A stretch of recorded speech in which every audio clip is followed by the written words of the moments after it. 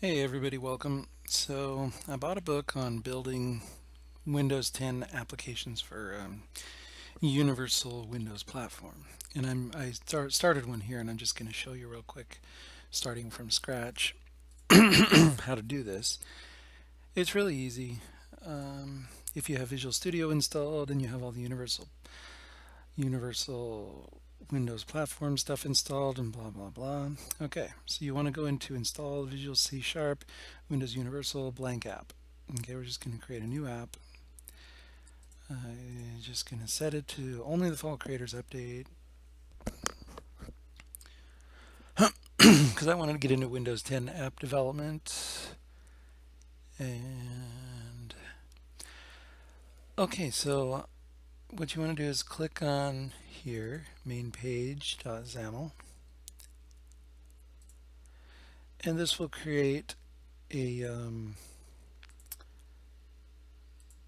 I'm just going to do some quick adjustments there. Okay, there. It just creates a area where you can a page with a grid apparently.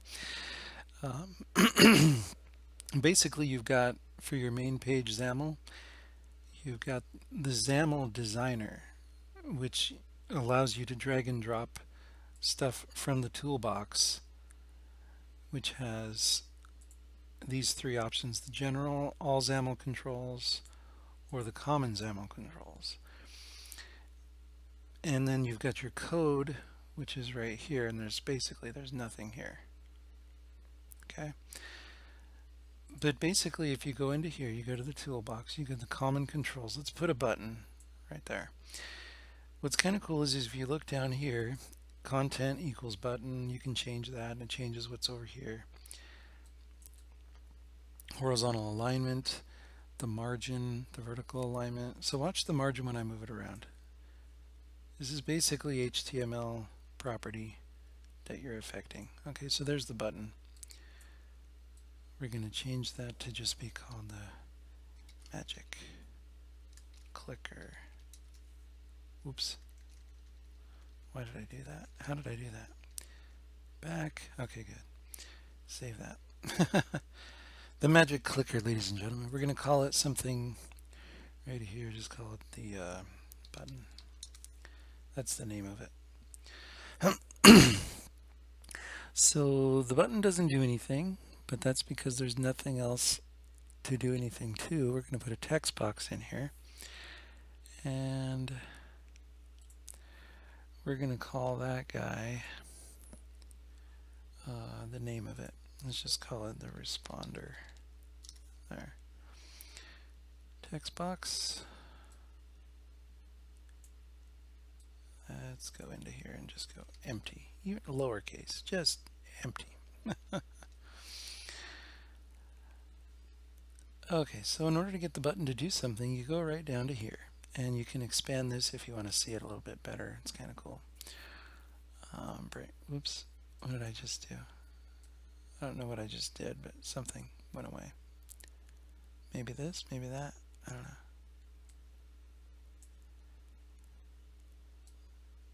There. No. Okay, so going back to the properties of the button here, this shows you the properties for the selected element.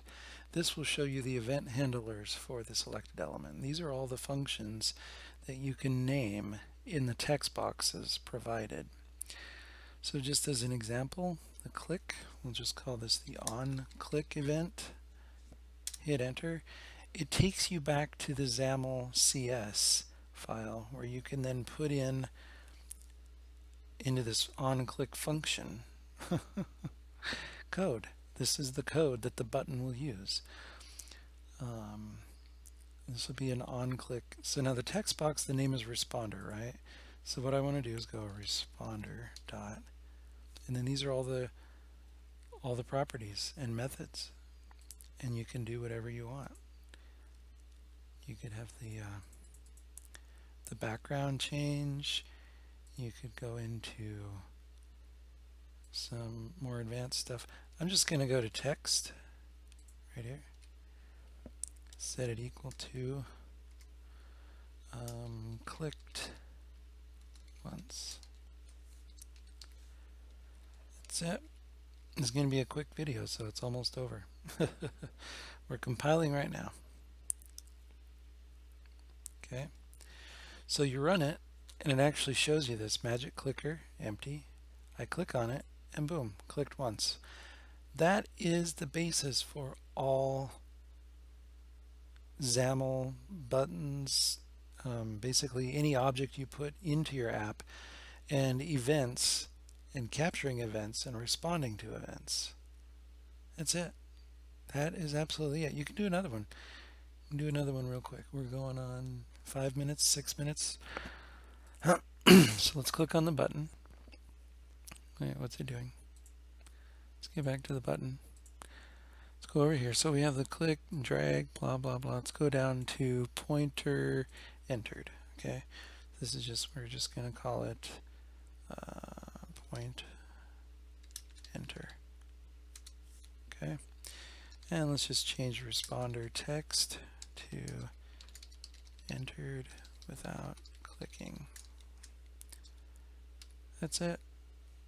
So we'll go back, go down here to pointer exited, point exit. Responder.text equals left the area without a trace. Compile, take a few seconds, run it. Okay, so if I enter it without clicking, it changes the text. If I leave the area without a trace, enter, leave, click, clicked once, leave the area. See, there you go. That is it. There will be more on this. There will be more.